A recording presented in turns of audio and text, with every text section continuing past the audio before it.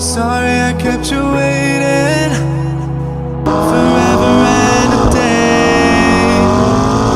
Now we're out here together with nothing standing in our way. Can you feel? Despite looking almost identical to the 12C from the rear, the 650S is more than a slight redesign. Regardless if you believe in trickle-down economics or not, one thing's for sure, designing a hypercar brings good things to the lower-end models. If you could call a 650S a lower-end model, but compared to the P1.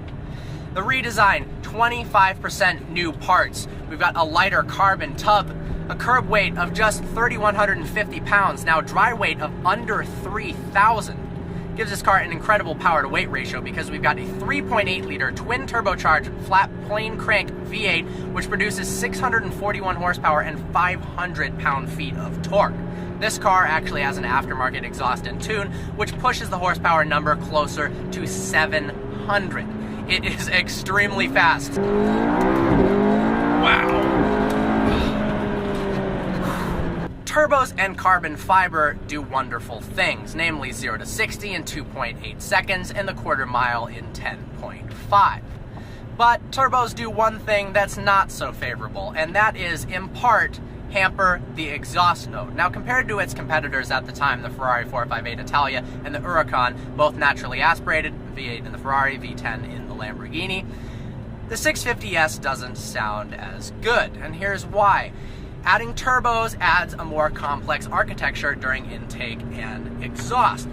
Namely, because of the impellers, you're going to get a more sinusoidal type sound. It's smoother, it's not as rough and aggressive. Some people really prefer that. But also, during the exhaust, you're gonna suck some of the exhaust note out, and usually, turbo cars are a little bit quieter. This has an aftermarket system, it's not quiet whatsoever.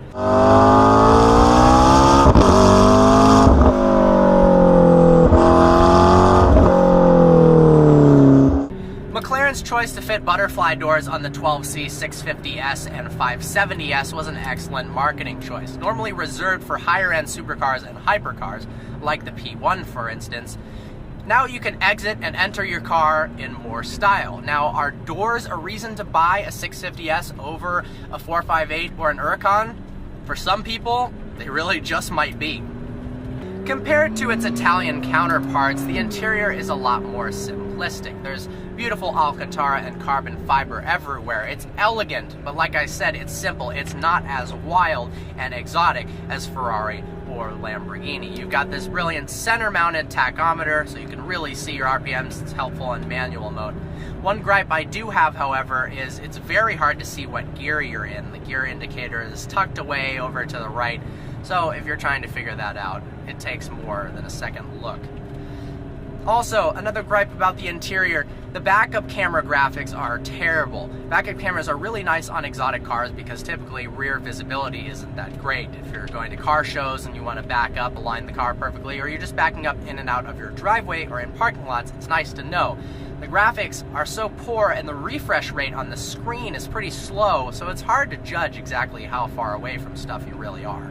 You've got 3 different modes for the suspension and the transmission: normal, sport, and track. According to the local Mclaren dealer, the most popular convention is normal mode for the suspension and sport mode for the transmission. This provides a comfortable ride and quick shifts. One thing that's unique to Mclaren that's not true about the Ferrari and Lamborghini is it has this F1-derived paddle shift system that is kind of a rocker panel. So when you pull the left paddle for a downshift, it's actually connected to the right paddle, so you feel it pull forward and shift like this. The Mclaren 650S has a 7-speed dual-clutch transmission. Shifts when in track mode are about as instant as it gets.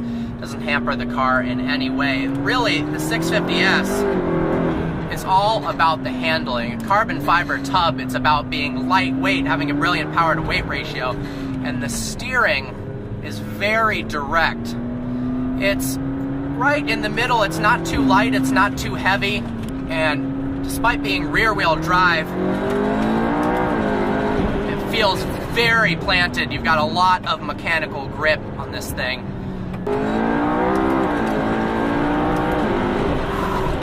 Wow. There's one thing is for sure, the 650S is extremely extremely fast. Now, McLaren claims this is a car that you could daily drive. In normal mode with the adjustable suspension, it rides over bumps very well. It's nowhere near jarring or anything like that. And then you can put it in sport or track for the racetrack or the back roads, and it performs with minimal body roll and is absolutely incredible through the turns. One thing that I love about supercars nowadays is there weren't really any compromises to make this a road-going, high-performing vehicle, but then also be comfortable on a daily basis. Now, the bolstering doesn't look that intense visually, but it really cups your back very well and holds you in place. They're the right amount of firm, and after being in this car for a while, still very comfortable. Actually, this car rides more comfortably than some cars that are supposed to be everyday commuters and have no performance aspects in them whatsoever. The 650S is a huge improvement from the 12C, both dynamically and stylistically. It took Lamborghini and Ferrari by storm with its competitive pricing and high power output. It's a car that is so easy to drive. It's so comfortable just being in a McLaren of any variant for the first time. You instantly feel at home. It's not intimidating in any way, shape, or form. It's beautiful. It's got incredible butterfly doors. Hats off to McLaren. This is one hell of a car. Can you feel it between us? This energy's inside us like electricity. Feel love,